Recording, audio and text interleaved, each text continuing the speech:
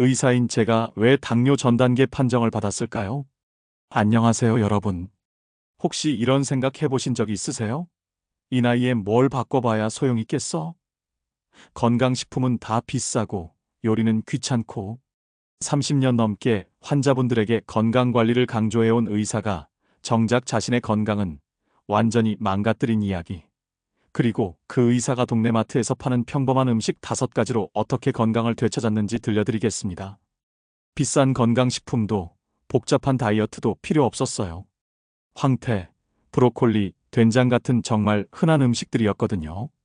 60대, 70대가 되어서도 늦지 않다는 걸 한 의사의 솔직한 경험담으로 확인해 보세요. 이 이야기가 도움되셨다면 구독과 좋아요, 알림 설정까지 부탁드립니다. 건강한 노년을 위한 유용한 정보들을 계속 전해드릴게요. 그럼 지금부터 시작해 보겠습니다. 안녕하세요, 여러분. 저는 30년 넘게 내과 의사로 일해온 김성호라고 합니다. 대학병원에서 수많은 환자분들을 만나왔고, 지금은 동네 병원에서 어르신들의 건강을 돌보고 있습니다.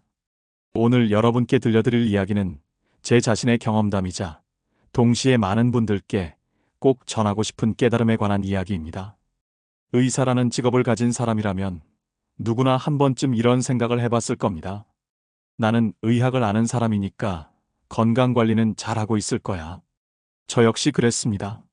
환자분들에게는 금연하세요, 금주하세요, 운동하세요, 규칙적으로 드세요라고 늘 말씀드리면서도 정작 제 자신은 어떻게 살았는지 돌아보지 않았습니다.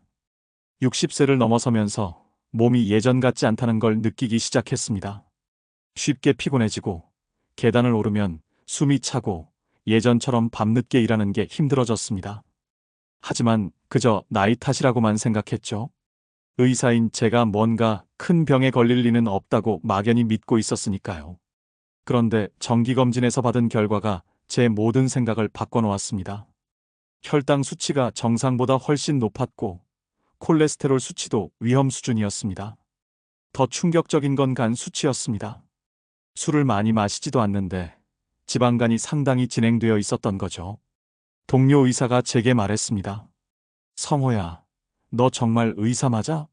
이 수치들 보면 당뇨 전 단계의 고지혈증까지, 환자였다면 당장 생활 습관 바꾸라고 호되게 혼냈을 텐데. 그 말이 가슴에 꽂혔습니다. 제가 환자분들에게 그토록 강조했던 생활 습관 관리를 정작 저 자신은 전혀 하지 않고 있었던 거죠. 그날 밤 집에 돌아와서 냉장고를 열어봤습니다.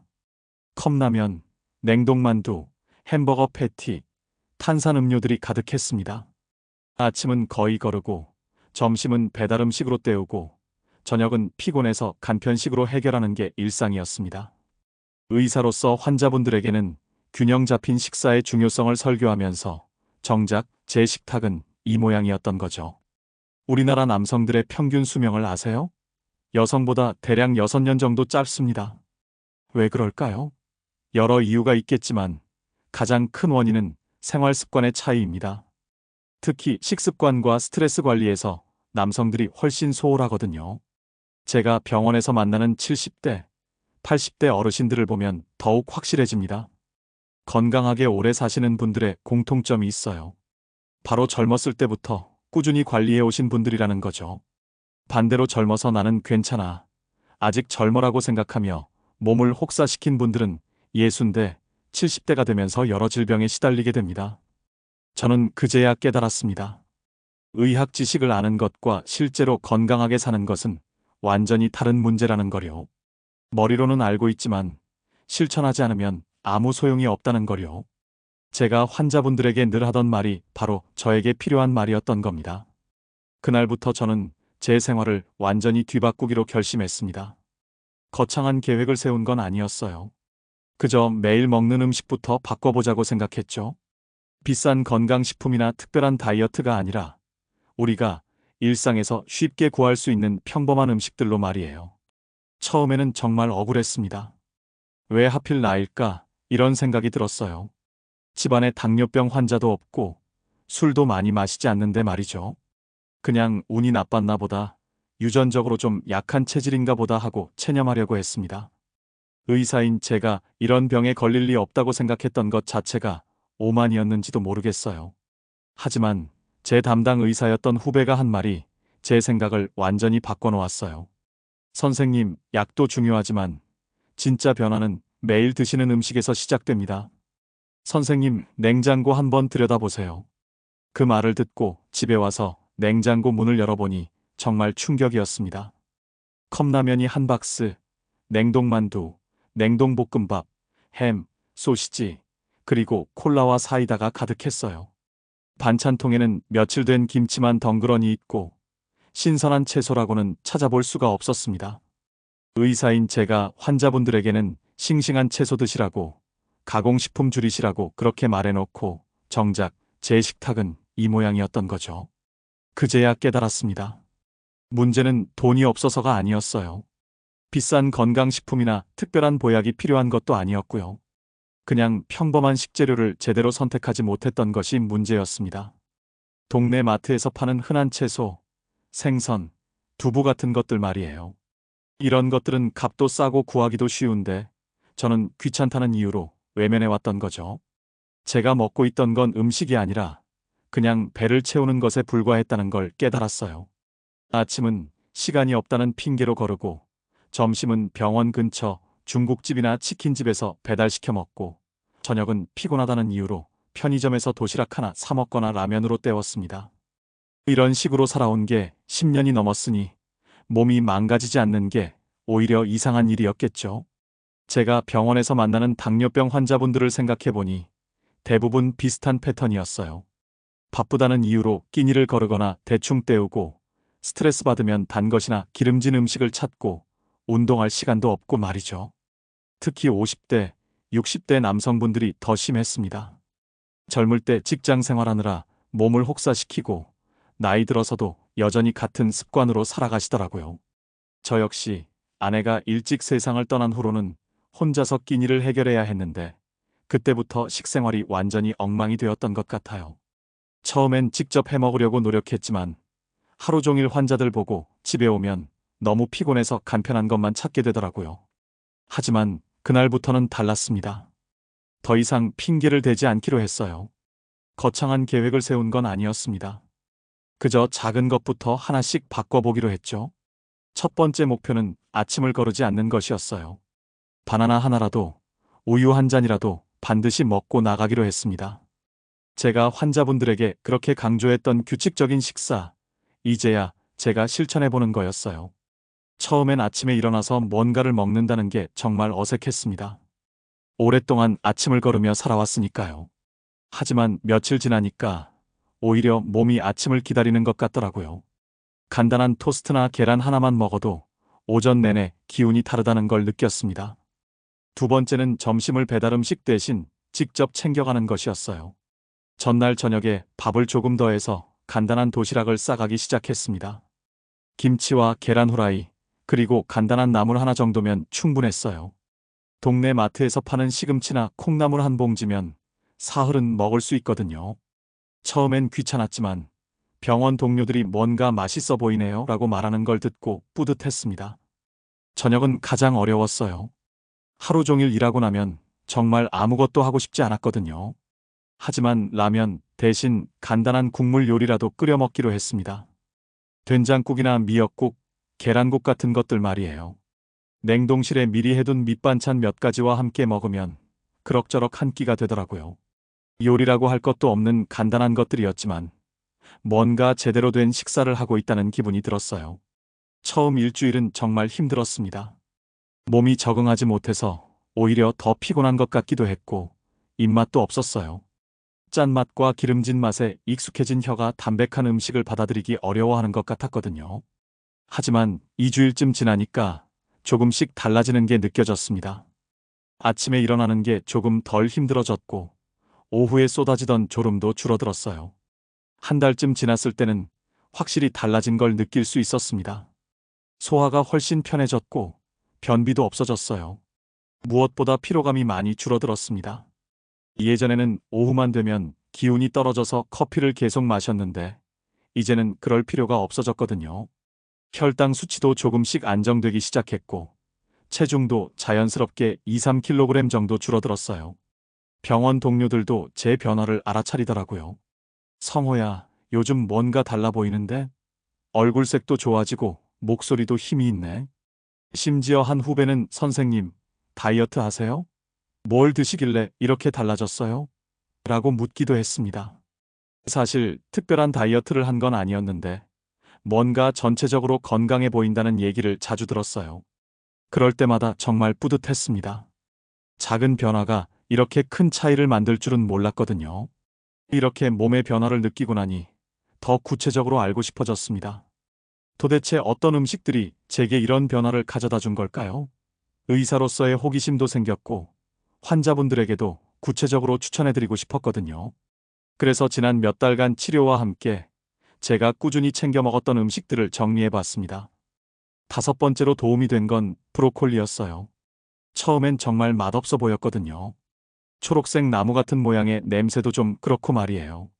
하지만 이게 정말 놀라운 음식이더라고요. 브로콜리에는 설포라판이라는 성분이 들어있는데 이게 우리 몸속 노화 물질들을 분해하는 데 도움을 준다고 해요. 특히 남성들에게 흔한 전립선 문제나 대장 건강에도 좋다고 하고요.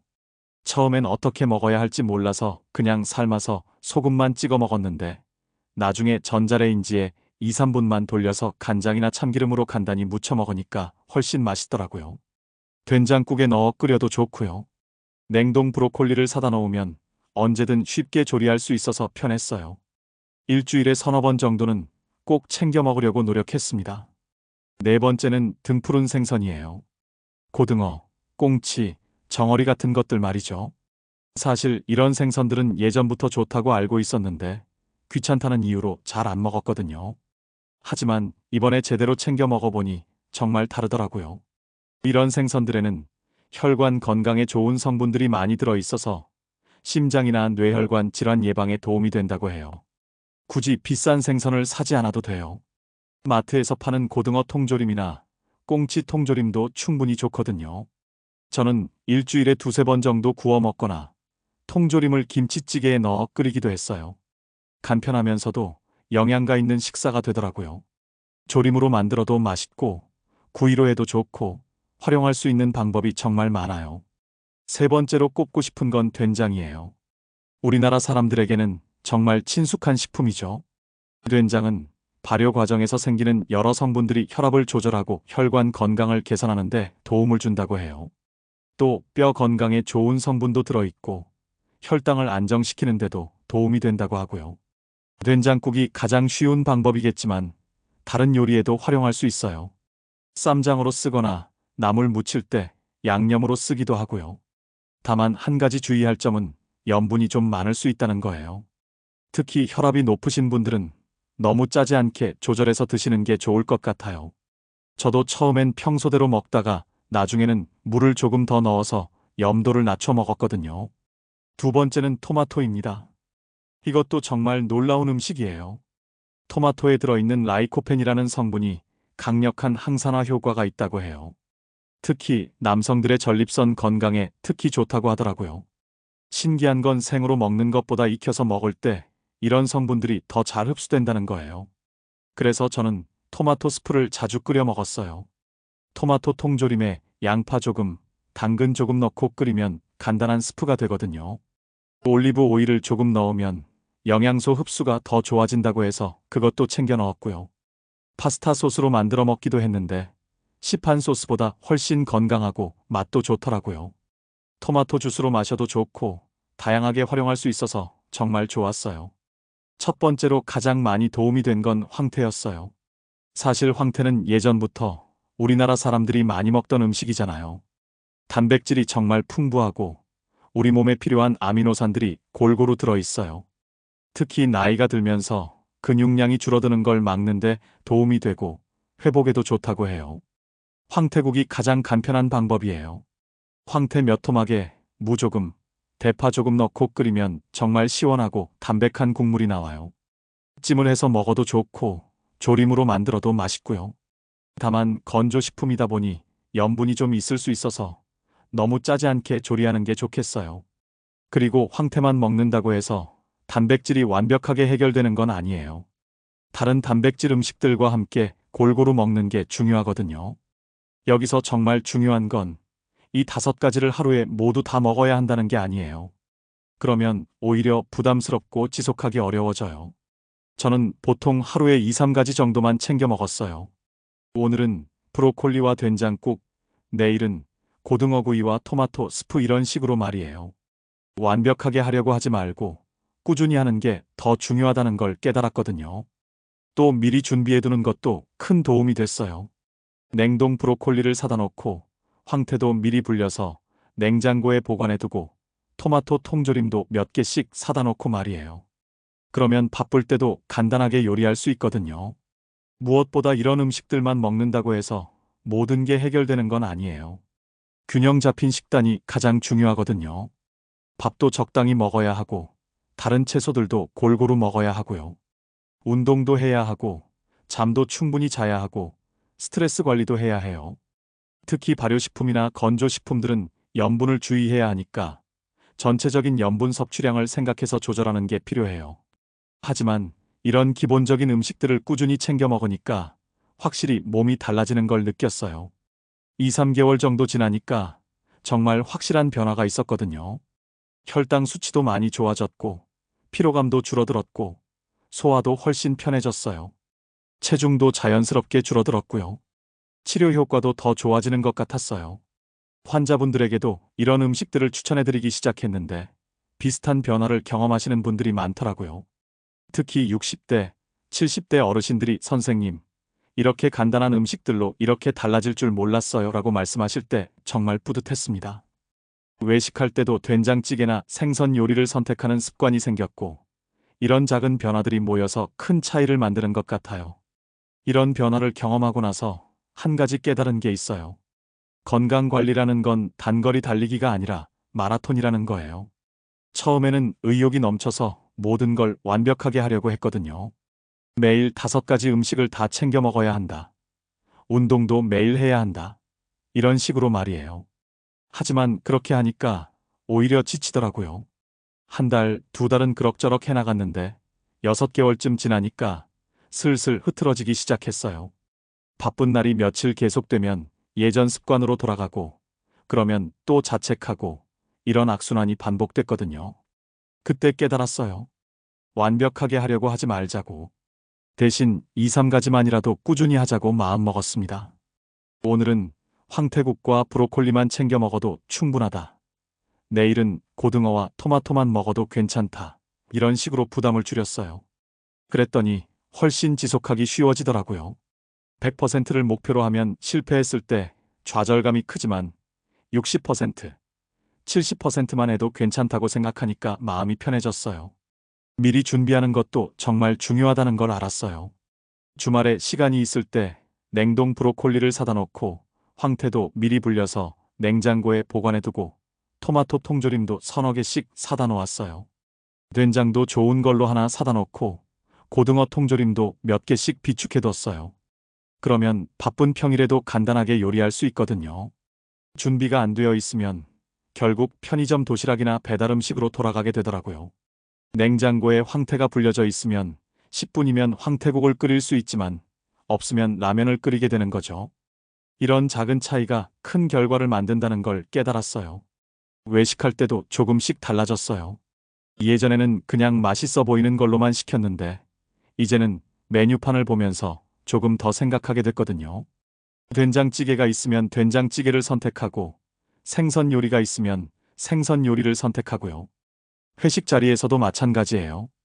고기만 먹지 말고 된장찌개도 시키고 생선구이도 시키고 이런 식으로 조금씩 더 나은 선택을 하려고 노력했어요. 그런데 혼자서 이런 걸 계속하기가 쉽지 않더라고요. 그래서 병원 동료들이나 가까운 사람들에게도 이야기했어요. 저 요즘 이런 음식들 챙겨 먹고 있는데 같이 해볼래요? 이렇게 말이에요. 그랬더니 몇 분이 관심을 보이시더라고요.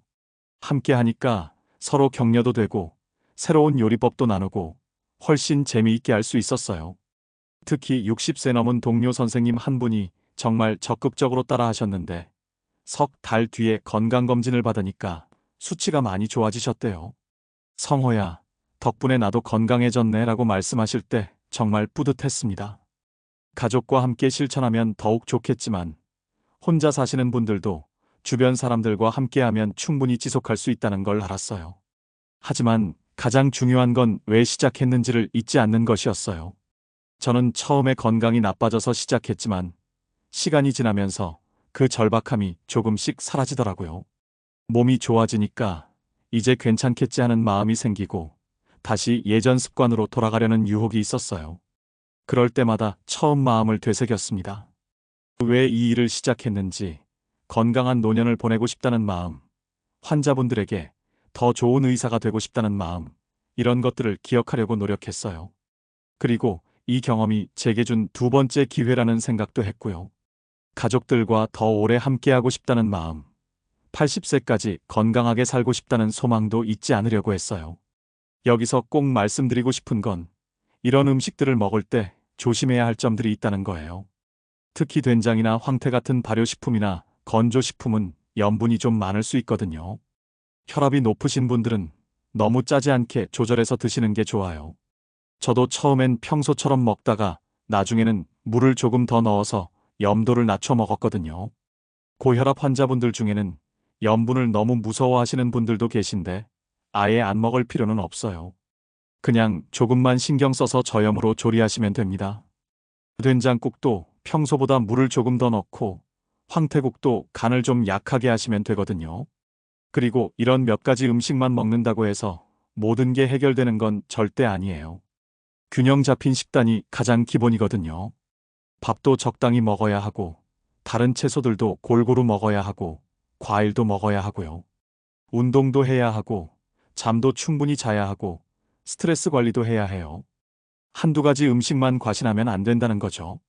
황태만 먹는다고 해서 단백질이 100% 해결되는 것도 아니고 브로콜리만 먹는다고 해서 모든 영양소가 충족되는 것도 아니에요. 이런 좋은 음식들을 중심으로 하되 전체적으로 균형 잡힌 식사를 하는 게 중요해요. 효과도 하루아침에 나타나는 게 아니에요. 저도 처음 2주일 정도는 별다른 변화를 못 느꼈거든요. 한 달 정도 지나니까 조금씩 달라지는 걸 느꼈고 2, 3개월 정도 지나니까 확실한 변화를 체감할 수 있었어요. 혈당 수치가 안정되고 피로감이 줄어들고 소화가 편해지는 데까지 최소 2~3달은 걸렸어요. 그러니까 너무 성급해하지 마시고 꾸준히 하시는 게 중요해요. 일주일 해보고 변화가 없다고 포기하지 마세요. 몸이 변하는 데는 시간이 필요하거든요. 지금 생각해보면 정말 신기해요.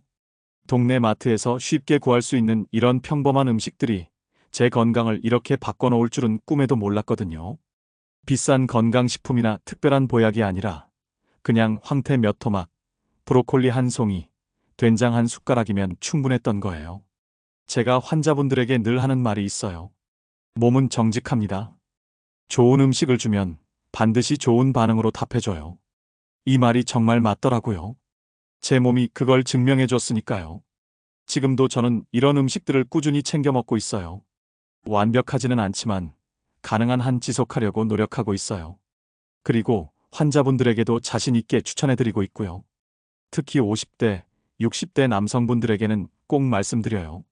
선생님, 너무 늦었다고 생각하지 마세요. 지금부터라도 시작하면 분명 달라질 수 있어요. 여러분도 오늘 저녁부터 시작해보세요. 거창한 계획 필요 없어요. 그냥 황태국 한 그릇, 브로콜리 반찬 하나만이라도 시작해보세요. 작은 변화가 큰 차이를 만든다는 걸 제가 직접 경험했으니까요.